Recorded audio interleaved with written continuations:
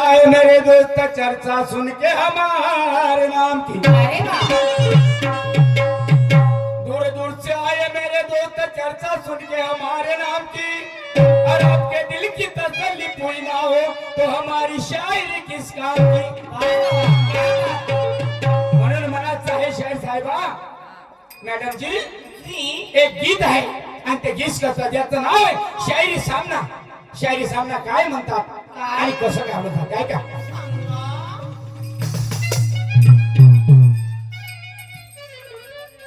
तो नाचे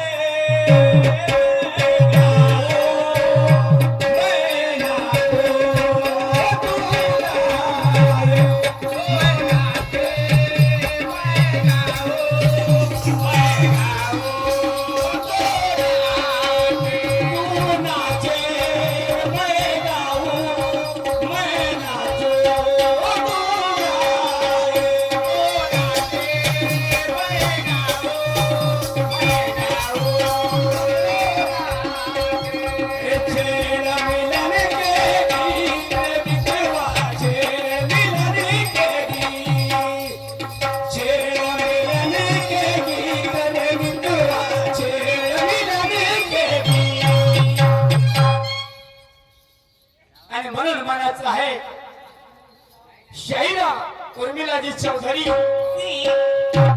माझ्या शाहिरी सामन्याचा रहस्य काय.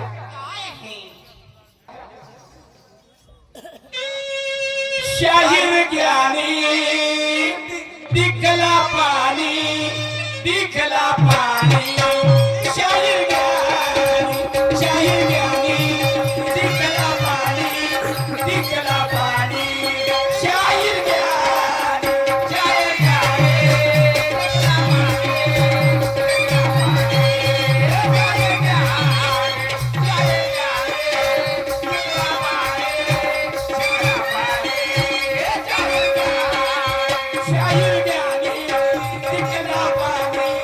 दिखला पाणी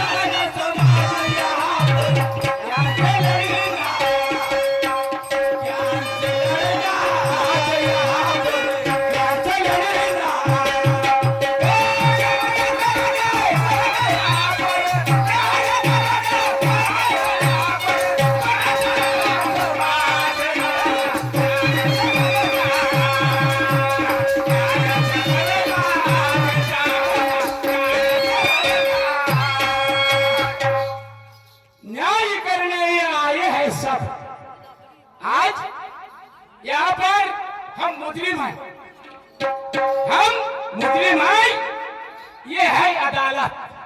यही ना। हम है मुजरिम, ये है अदालत, और हम बनाएंगे अपनी इनके सामने शिकायत। सही बात है। हम मनाएंगे अपनी इनके सामने शिकायत। न्याय करना आज इनके हाथ में है। न्याय करना, शायरी का न्याय करना आज इनके हाथ में है।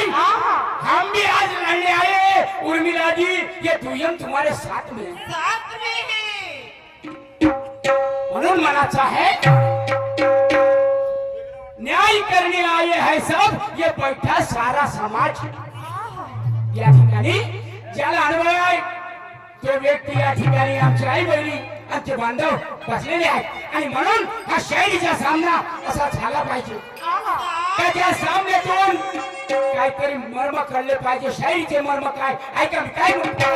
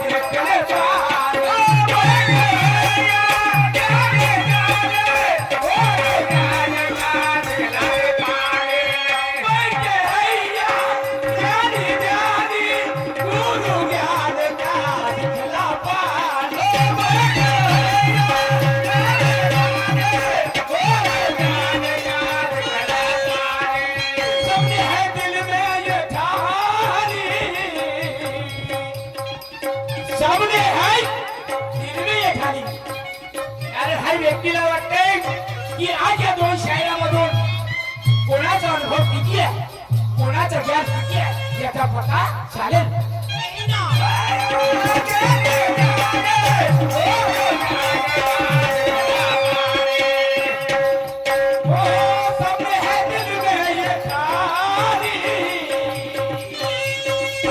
आणि म्हणून म्हणायचं आहे सबके सामने, सबके सामने इस महफिल में, सबके सामने इस महफिल में खुल जाएगा राज यहाँ पर।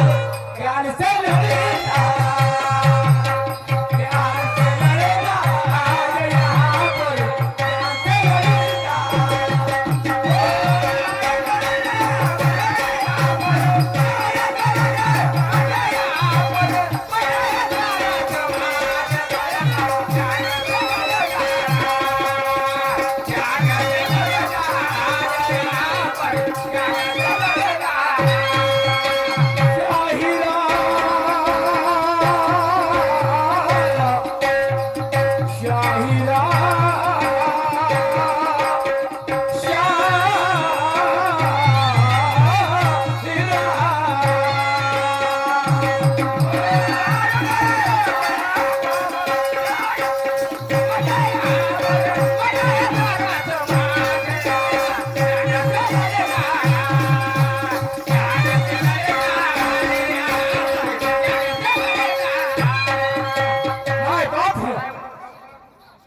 मान्यवर मॅडम जी, सन्माननीय शाहिरा उर्मिलाजी चौधरी, आपल्याला मी प्रश्न केला होता पण ते प्रश्न काय तुमच्याला जमलं नाही। मी विचारलं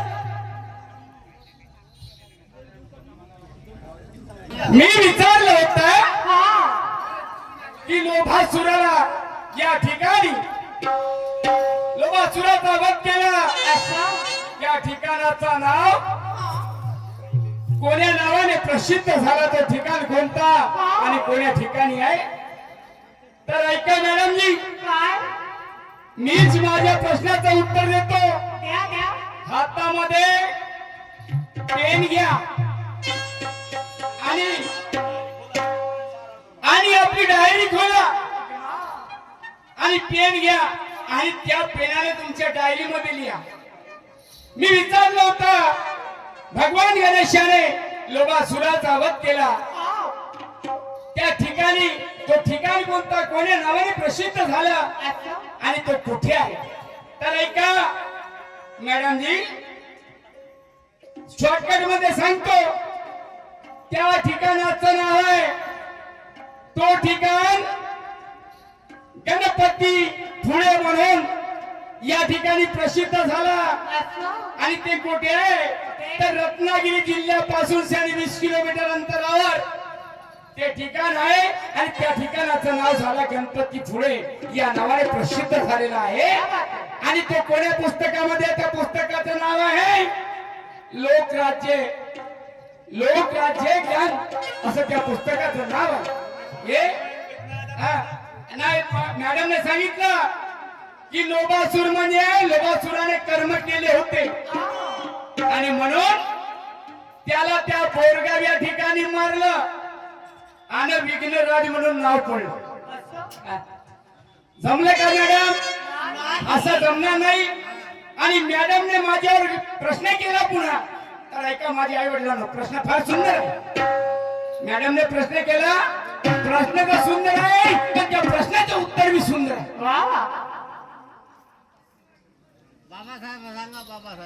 मॅडमचं म्हणणं होतं गणेशाचा भक्त असा कोणता गणेशाचा भक्त झाला ज्याला 12 वर्ष मूलबाळ झाले नाही आणि 12 वर्षाच्या नंतर झाला तर तो मुलगा महारोगी जन्मास आला आणि जन्मास आल्याच्या बादमानी ते कोण्या मंदिरामध्ये गेले कोणासोबत भेटले आणि कोणी त्याची बिमारी ते महारोग्याची बिमारी दूर केली. तर ऐका मॅडम जी त्या राजाचं नाव होतं कळंगी नगरचा राजा आणि राजा होता चक्रपाणी. त्याची पत्नी शंकावती नावाची त्याची पत्नी आणि ते गेले एका ऋषीकडे. तर त्या ऋषीचं नाव होतं शौनक ऋषी होता आणि त्या पुत्राचं नाव त्या महारोगी पुत्राचं नाव सिंधू.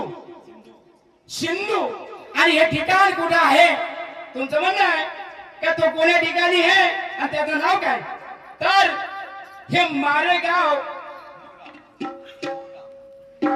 मोरगाव आणि तिथे मयुरेश्वराचं मंदिर आहे.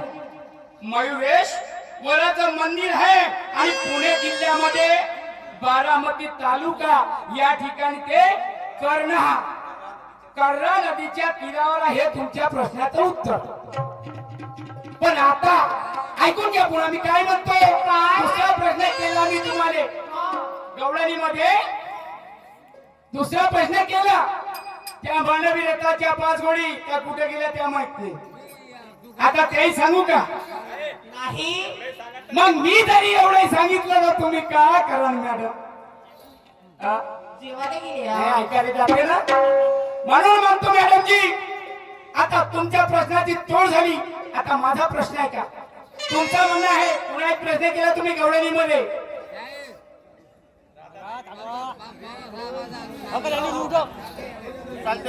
राधा दही विकायला गेली तर तिला गिराईक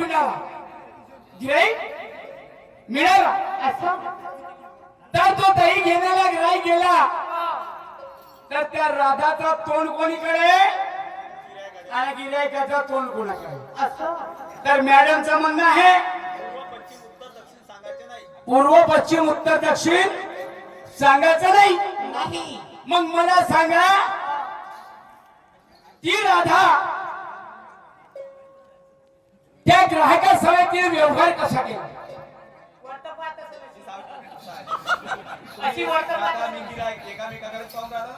ऐका तर आम्ही सांगतो ना.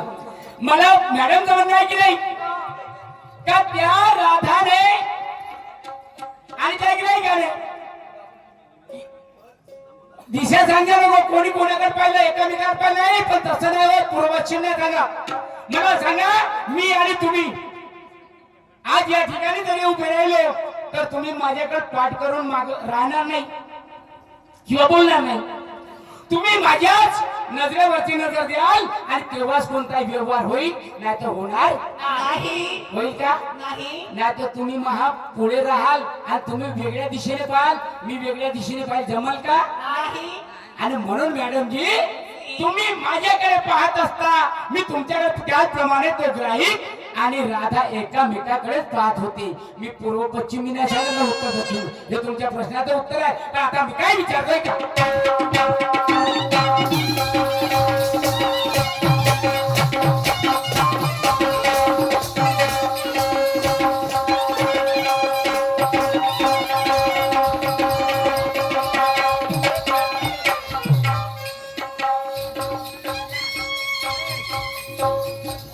ये मैदान शायरी का,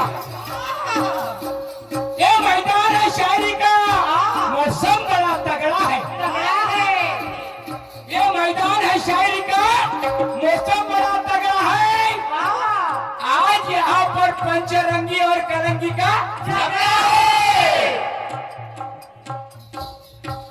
मौसम बड़ा, कारण या ठिकाणी आजचा मौसम बहुत जोरदार आहे आणि म्हणून ये कलंगी और तुरे का झगड़ा है.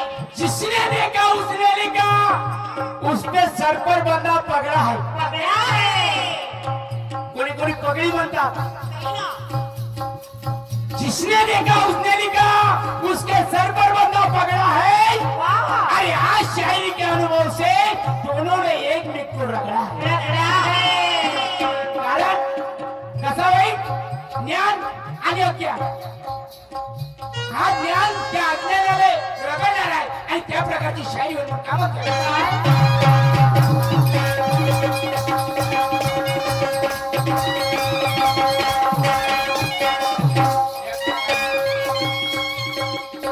शायरा उर्मिलाजी, शायरा उर्मिलाजी, आज लड़ेंगे गुरु ज्ञान से, हमारे बहन और भाई यहाँ बैठे हैं शान से. तारीफ होगी तुम्हारे और मेरे शायरी की, तारीफ होगी तुम्हारे मेरे शायरी की, बस इतना ही कहना है. और आज ये घोरान बस्ती में अपना झंडा गड़ा के रहना है. तगड़ा है.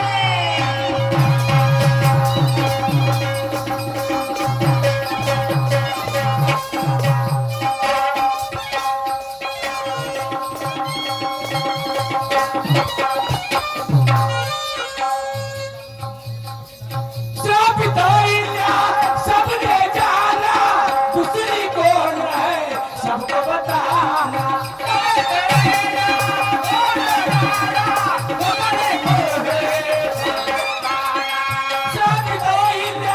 सबने जाना, दूसरी कौन है सबको बताना.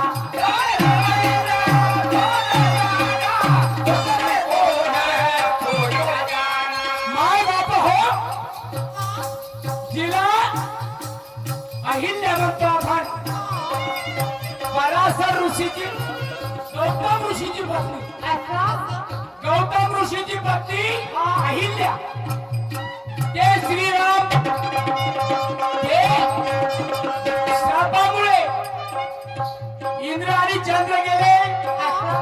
त्या इंद्र चंद्राने काय केलं ते पता नाही, पण गौतम ऋषी आले. गौतम ऋषीने कळत ना कळत त्या अहिल्याला श्राप दिला. तर त्या श्रापामुळे ते गौतम अहिल्या श्रापित झाली आणि शिळाहून पडली. हे सर्वांना, माझ्या माय बहिणीला, माझ्या बांधवाला सर्वांना माहित आहे. आणि श्री राम प्रभूच्या चरणाचा स्पर्श झाला, त्या स्पर्शाने ते अवस्थेत आले. तर हे सर्वांना माहित आहे.